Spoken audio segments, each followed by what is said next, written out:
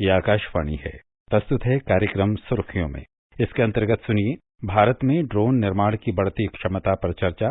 इसमें भाग ले रहे हैं ड्रोन फेडरेशन ऑफ इंडिया के वरिष्ठ सलाहकार अरुण पांडे और आकाशवाणी संवाददाता कमल कुमार प्रजापति। आज प्रधानमंत्री नरेंद्र मोदी ने भारत के सबसे बड़े ड्रोन फेस्टिवल भारत ड्रोन महोत्सव 2022 का उद्घाटन किया।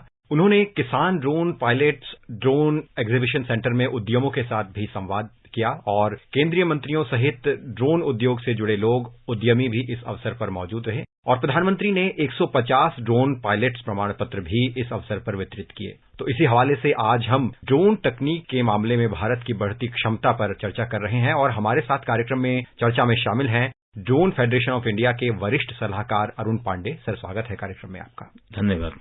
प्रधानमंत्री नरेंद्र मोदी ने कई अवसरों पर इस बात को कहा है कि 2030 तक भारत विश्व के समक्ष ड्रोन तकनीक के मामले में, ड्रोन की निर्माण क्षमता के मामले में एक बड़ी शक्ति बनकर उभरे। इस दिशा में हम आज जो आयोजित हुआ ये ड्रोन फेस्टिवल है, उसको एक पड़ाव के रूप में देख सकते हैं। तो किस तरह से भारत इस विजन के साथ, इस परिकल्पना के साथ आगे बढ़ रहा है कि आगे आने वाले समय में भारत एक विश्व स्तर पर ड्रोन के मामले में एक बड़ी ताकत बनकर उभर रहा है?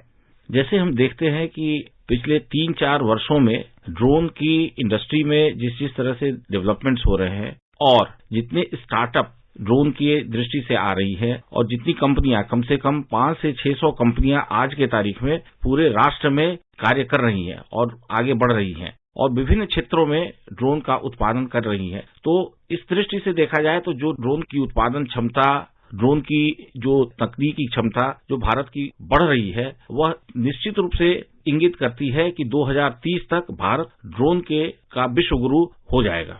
निश्चित रूप से, जैसा कि आपने बताया कि हमारे देश में जो कई क्षेत्र हैं, उसमें ड्रोन की तकनीक एक बड़ी भूमिका निभा सकती है और निश्चित रूप से इस विजन के रूप में इस चीज को ऐसे देखा जा रहा है कि चाहे वो पर्यटन का क्षेत्र हो, रक्षा का क्षेत्र हो, कृषि का क्षेत्र हो या अन्य इस तरह के कई क्षेत्र हों जिसमें ड्रोन की तकनीक से इन क्षेत्र में एक क्रांतिकारी हम तरीके से आगे बढ़ सकते हैं। तो अलग अलग क्षेत्रों में कैसे ड्रोन की क्षमता से हम आगे एक अभूतपूर्व प्रगति कर सकते हैं?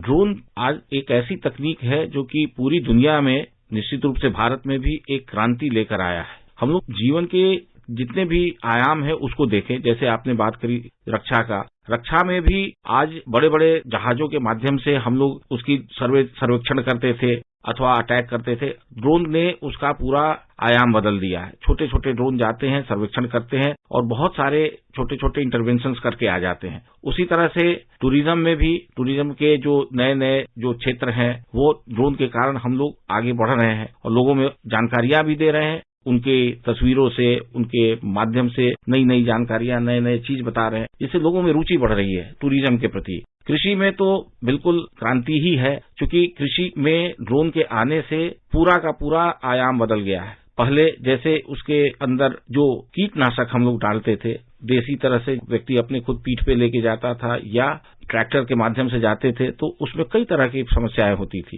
ड्रोन के माध्यम से यदि हम पेस्टिसाइड डालते हैं तो एक यूनिफॉर्म तौर पे पूरे क्षेत्र में डाल सकते हैं, जितनी आवश्यकता है उतना डाल सकते हैं, जड़ों तक डाल सकते हैं, पूरी के पूरे ऊपर से नीचे तक हम बराबर डाल सकते हैं। पेड़ के ऊपर भी डाल सकते हैं, बड़े बड़े वृक्षों के ऊपर भी डाल सकते हैं, जो कि साधारण रूप से वो संभव नहीं था। और कृषि के क्षेत्र में यदि बात करें तो बीज डालने के काम में आता है। यदि कृषि में सबसे बड़ी चीज होती है समय। यदि समय पर हम यदि उसको इंटरवेंशन नहीं करें तो कृषि के अंदर बहुत समस्याएं आती हैं। जैसे कीट लग गए तो समय पर उसका निस्तारण नहीं करेंगे तो पूरा का पूरा खेत खराब हो जाता है। उसी तरह से यदि कोई बारिश हो रही हो, पानी ज्यादा लग गया, तो कृषि में रिस्पांस हमारा क्विक होना चाहिए, वो मैनुअली होना संभव नहीं हो पाता है। तो उस क्षेत्र में भी ड्रोन बहुत मदद करता है। तीसरा है सर्वेक्षण। जैसे फसल नष्ट हो रहे हैं, फसल की बीमा की दृष्टि से पता नहीं चल पाता था कि किस क्षेत्र में समस्या है, बहुत बड़ा क्षेत्र है, उस क्षेत्र के किसी कोने में थोड़ी समस्या है, तो मैनुअली यह मुश्किल होता था कि उस पर्टिकुलर एरिया, पर्टिकुलर क्षेत्र का पता लगाए। किंतु ड्रोन के माध्यम से हम किसी उस पर्टिकुलर क्षेत्र को जाकर तत्काल देख सकते हैं और उसका इलाज कर सकते हैं। तो कृषि के क्षेत्र में ड्रोन का उपयोग बिल्कुल निश्चित रूप से ही क्रांतिकारी है। सर, पिछले साल भारत में नई ड्रोन पॉलिसी आई है जिसमें कई तरह के जो प्रतिबंध थे उनको हटाया गया है और नियमों को लचीला बनाया गया है। ड्रोन एप्लीकेशंस और जो ड्रोन निर्माण है उसके मामले में निश्चित रूप से अभी और नीतियां सरकार द्वारा लागू की गई हैं। तो ड्रोन की इस नई नीति से किस तरह से देश में ड्रोन के परिचालन को लेकर एक नई दिशा मिल रही है? पिछले 5-6 वर्षों का इतिहास देखेंगे तो पता चलेगा कि पहला लाइसेंस लेने में कई वर्ष लोगों को लग जाते थे। इतना कठिन उसका प्रोसीजर था, उसकी प्रक्रिया इतनी कठिन थी कि एक लाइसेंस को लेने में 2-2, 3-3 साल लग जाते थे और उसमें बहुत नुकसान भी होता था, क्योंकि न प्रोडक्शन हो पाता था, न कार्य बढ़ पाता था। इसी संदर्भ में जो कानून पास भी हुआ था, जिसको यूएवी कानून 2021 बोलते हैं, जो मार्च महीने में पास हुआ था, उसके अंदर भी बहुत सारी समस्याएं थी, बहुत क्लिष्ट था, बहुत उसके अंदर कॉम्प्लेक्सिटीज थी। तो उसको सरल करते हुए प्रधानमंत्री जी ने अगस्त 2021 में नए यूएवी रूल्स दिए।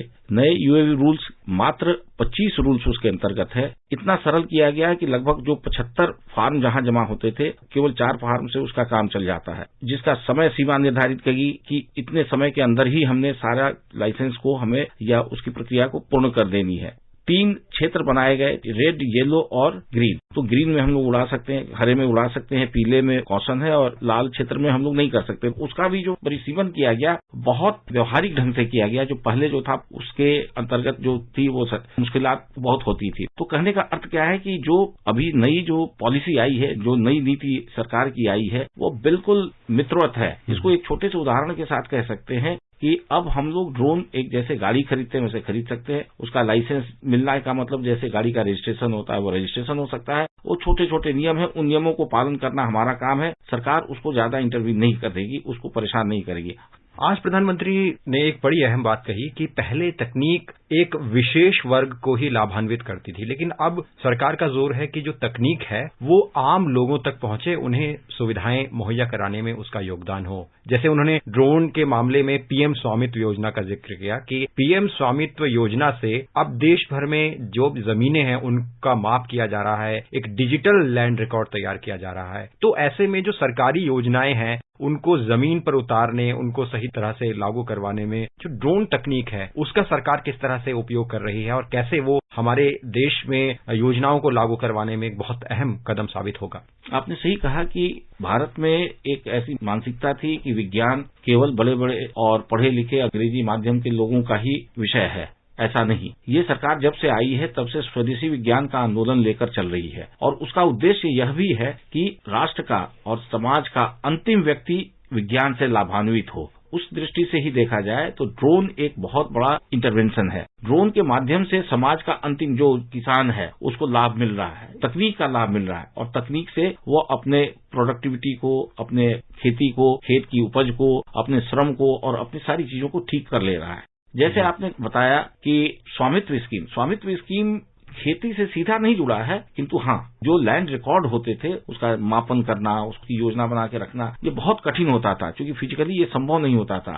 सैटेलाइट के माध्यम से भी हम करते थे तो उसका प्रिसीजन, जो उसको जितना प्रिसीजन चाहिए वो प्रिसीजन मिलता नहीं था। और मैनुअली यदि करते थे तो उसमें बहुत तरह के फैक्टर्स होते थे। तो हम उसको, जैसे कोई जमीन है वो कृषि की जमीन है या रेसिडेंशियल है, इसको डिस्टिंग्विश करना बड़ा मुश्किल होता था। तो स्वामित्व स्कीम में जो ड्रोन का उपयोग हुआ वह एकदम प्रिसीजन टू दी मिलीमीटर दे रहा है। उसके एप्लीकेशंस के माध्यम से हम समझ सकते हैं यह क्षेत्र जो है, यह वन का क्षेत्र है, यह कृषि का क्षेत्र है या यह रिहायशी क्षेत्र है, ये सारी चीजें मिलीमीटर तक का हम लोग उसको आकलन कर पाते हैं। तो उन्होंने बिल्कुल सही कहा कि स्वामित्व की स्कीम है, कृषि की स्कीम है, उसमें इसके माध्यम से हम इन सारी तकनीक के माध्यम से हम समाज के अंतिम व्यक्ति तक जा रहे हैं। इसमें एक और भी चीज मैं आपको जोड़ना चाहूंगा। जी। उन्होंने आज कहा भी है और ये सत्य है कि जितने भी ड्रोन के उत्पादन करने वाले लोग हैं ये स्टार्टअप हैं, नए नए लोग हैं, युवा हैं और वो केवल एम्प्लॉयमेंट ही नहीं दे रहे हैं, उनको इस तरह का बताया जाता है कि भाई जहां पे बाढ़ आती है, जैसे कोई आपदा आती है, कृषि है, हर एक क्षेत्र में किस किस तरह से नवाचार किया जाए, नई चीजें को निकाला जाए और उस पर काम किया जाए। तो ये तकनीक केवल समाज की सारी समस्याओं के समाधान के लिए तकनीक का उपयोग करते हुए समाज के अंतिम व्यक्ति को लाभान्वित करने के लिए ये एक सरकार की नीति चल रही है। ड्रोन का उसमें निश्चित रूप से बहुत अच्छा योगदान है। आप कार्यक्रम में जुड़े, हमसे जुड़ने के लिए आपका बहुत बहुत धन्यवाद। आपका बहुत बहुत धन्यवाद। अभी आप सुन रहे थे भारत में ड्रोन निर्माण की बढ़ती क्षमता पर चर्चा। इसमें भाग ले रहे थे ड्रोन फेडरेशन ऑफ इंडिया के वरिष्ठ सलाहकार अरुण पांडे और आकाशवाणी संवाददाता कमल कुमार प्रजापति। ये कार्यक्रम आकाशवाणी के समाचार सेवा प्रभाग द्वारा प्रस्तुत किया गया।